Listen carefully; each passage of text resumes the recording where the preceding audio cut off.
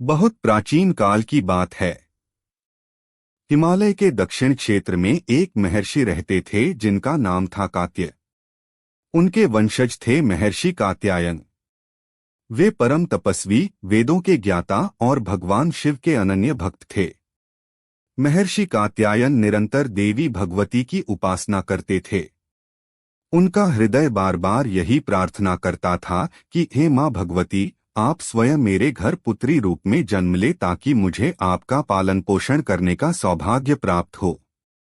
उनके कठोर तप और अटूट भक्ति से प्रसन्न होकर देवी ने वरदान दिया, ऋषि, समय आने पर मैं तुम्हारे घर पुत्री के रूप में जन्म लूंगी और दुष्टों का संहार करके धर्म की रक्षा करूंगी।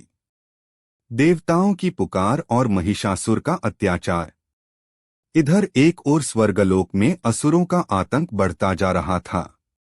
महिषासुर नामक दानव ने कठोर तपस्या कर ब्रह्मा जी से वरदान प्राप्त किया कि उसे किसी भी देवता या असुर से मृत्यु न मिले। यह अहंकार से भर उठा और उसने स्वर्गलोक पर चढ़ाई कर दी। इंद्र, वरुण, अग्नि, वायु सब देवता परास्त होकर इधर उधर छिपने लगे। देवताओं का सुख चैन छिन गया। स्वर्गलोक की सत्ता महिषासुर ने छीन ली। वह अपनी सेना सहित दिन रात देवताओं को सताने लगा।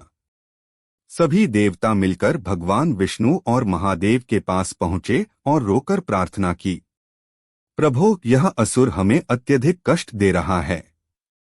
अब कोई उपाय बताइए। भगवान विष्णु बोले, यह असुर केवल देवी शक्ति द्वारा ही मारा जा सकता है। अतः हम सब मिलकर अपनी शक्तियों का अंश प्रदान करें और मां शक्ति का आह्वान करें। मां कात्यायनी का प्रकट होना।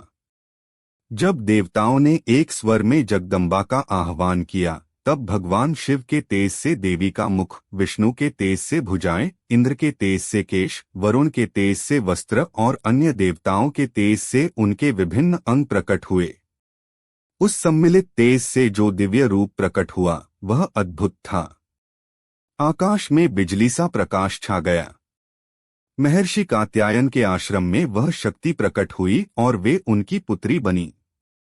इसीलिए उनका नाम पड़ा कात्यायनी। का रूप अलौकिक था। उनका रंग सुनहला था। 4 भुजाएं थीं।